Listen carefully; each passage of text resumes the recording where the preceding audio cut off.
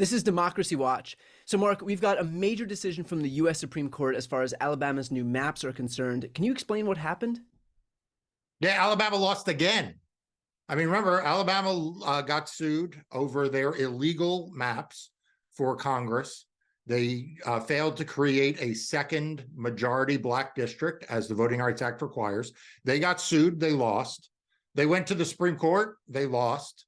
They went back down to the trial court. And remember, this is where they defied the court's order that said you have to draw two majority black districts, and instead they drew one, and that was sort of defying the court order. And they did that thinking they'd go back to the Supreme Court. Well, guess what? They lost in the Supreme Court. So Alabama is out of runway. Good news. We're going to have fair maps for 2024 in Alabama. Okay, well, we've followed this saga for what feels like months now. Obviously, all the steps that you just laid out. Is this finally over? Is it 100% certainty that the maps being drawn now, which do include a second majority black district, will be in place for 2024? Yeah, it's over now. In fact, I saw the reaction of the Republican Attorney General, and he was whining about how this is the end of the road for 2024, but they're going to continue fighting, I don't know, for 2026 or 2028, whatever. So this is it. I mean, they have taken a wrong view of the law, layered on top of that a frivolous view of the law, defying court orders, and now a frivolous appeal of defying court orders, and it's over. There's going to be a new map in time for 2024 in Alabama. Will the fact that the Supreme Court reaffirmed its decision in this Alabama case, will that have any impact on Louisiana, which seems to be following the same trajectory here? Well, I mean, this is the thing, Brian. Like, should it have an effect on Louisiana? Yes. Louisiana should look at this and say, okay, we have followed the same path as Alabama. Our maps are illegal. We're sort of marching through this appellate process. Let's just end this charade and agree on fair maps. But you and I have talked about this. Part of what is motivating these states is they want the theater of defying the courts. So should it affect Louisiana? Yes. Will it? I kind of doubt it. Okay, well, moving on to another state that seems to be defying court orders. A federal trial has also now begun over Florida's congressional maps, namely the 5th Congressional District.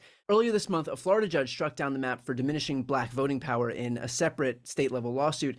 What's the status of that case, and does that ruling impact the federal trial, if at all? So, look, this is another place where you have Republican politicians just ignoring the law. We've talked a lot about how Alabama violated the federal law and ignored federal court orders. Well, they've got nothing on Ron DeSantis. Ron DeSantis insisted that the state of Florida, the legislature, the Republican legislature, pass an illegal map that violates the state's constitution.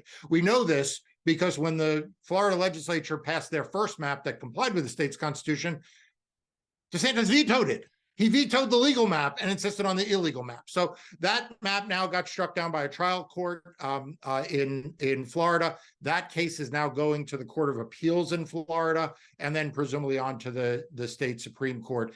In terms of whether the Republican defendants in the federal court case have any shame, any decency, are willing to just respect the rule of law, I mean, then they wouldn't be MAGA Republicans. Right. And Lord knows they are definitely MAGA Republicans, which is, by the way, one of the reasons why Ron DeSantis is losing, because all the Republicans in his party in Florida are MAGA Republicans. Yeah.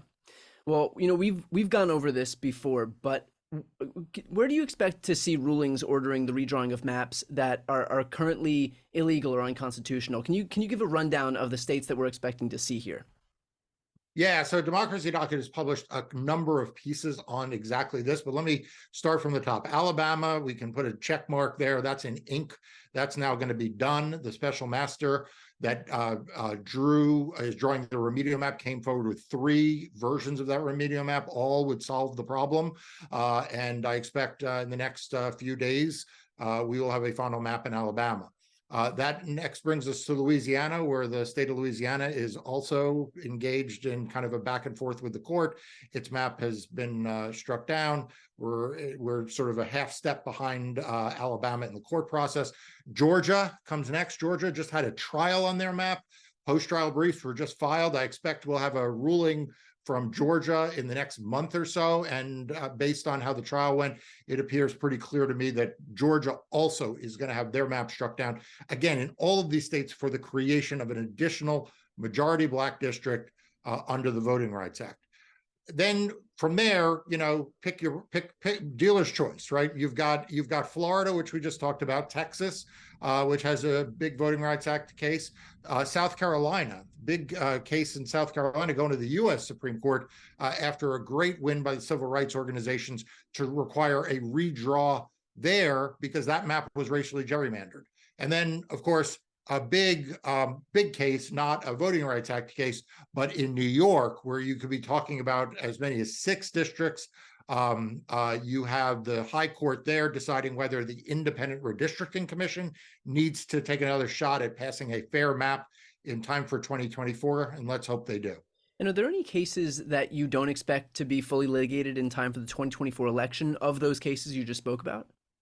Yeah, so look, I think all of them other than Texas will be litigated for 2024. I think that's the good news, is that, the courts have a patience, but even their patience runs out. And so I think you're going to see Alabama be a domino effect now, and these courts are going to rule in rapid succession to the extent they haven't. And all of them are on trajectory to have rulings in time for 2024, with the exception of Texas.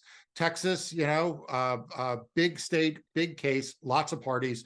State of Texas, as you might imagine, is fighting tooth and nail. That's the one case that I could see dragging on past the 2024 cycle of the ones we just talked about. Okay. Marc, can you speak on the reality that we're currently facing a government shutdown thanks to a Republican House majority that is owed entirely to the fact that the maps that delivered them their victory are unconstitutional? It's an absolute travesty. It is an absolute travesty. We are about to see a government shutdown where our men and women in the armed forces won't get paid. Government workers who don't make a lot of money in many instances, they won't get paid. You'll have national parks closing. People who want to go on vacation won't be able to. It's all because Kevin McCarthy's caucus got there. They are extreme MAGA Republicans, and they got there on the backs of gerrymandered maps. And if you want to know what happens when you have unaccountability as a result of extreme Republican gerrymanders, you can look at what you see in Wisconsin with the nonsense they're pulling with the justice there, or you can look at the U.S. House, where the Republican conference there is just kind of twiddling its thumbs while the government shuts down. Marc, are there any states, I know we've spoken about Alabama, Louisiana, Texas, Georgia, South Carolina, and New York. Are there any states that seem to be trending in the wrong direction, or that seem to worry you in spite of, the positive news that we're seeing from these raft of other states, thanks to Section 2 of the Voting Rights Act? Yeah, look, the 2 states I'm most worried about. So let's start with Ohio. Ohio had their map thrown out and thrown out and thrown out and thrown out. And yet they are now about to draw a new state legislative map. Thankfully, they will not be drawing a new congressional map. Small victory, but a victory. But they're set to put in place an extreme partisan gerrymander in their state legislative maps. And, folks will go to court, but that state Supreme Court has gotten more conservative than it was with the last rulings. And North Carolina, we had a huge win in North Carolina, my team and others, a huge win in North Carolina. That's the case that went to the U.S. Supreme Court. Supreme Court rejected the Republican fringe legal theory, the independent state legislature theory. And what that meant was that for 2022, we had fair maps in North Carolina. They were fair maps. Well, the legislature is a supermajority in that state. The state courts have now flipped from majority Democratic to majority Republican justices. So we know that the Republicans in North Carolina are just sharpening their knives to slice and dice that state into a gerrymandered mess. Well, I got a message for the Republicans in North Carolina. I sued you the last time you violated the racial gerrymandering laws in North Carolina after the 2010 cycle. And if you violate the Voting Rights Act or you engage in racial gerrymandering, you'll be back in court. All right. Well, I think your record speaks for itself on that one. With that said, I should note that your firm represented the plaintiffs in the Alabama case, so congratulations on that victory. And for those watching, if you want to support Marc and his team, make sure to sign up for Democracy Docket. It's a free news outlet focused on everything voting in elections. I put the link right here on the screen, and it's also in the post description of this video. I'm Brian Teller Cohen. I'm Marc Elias. This is Democracy Watch.